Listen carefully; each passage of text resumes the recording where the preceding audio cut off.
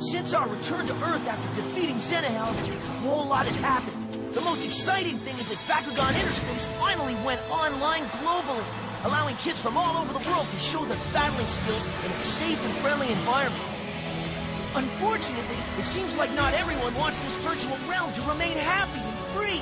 A mysterious evil force from another world has infiltrated Bakugan Interspace and is trying to take over. Okay, buddy, let's do this! All right, Bakugan, brawl! What are you gonna do? The odds are stacked against you.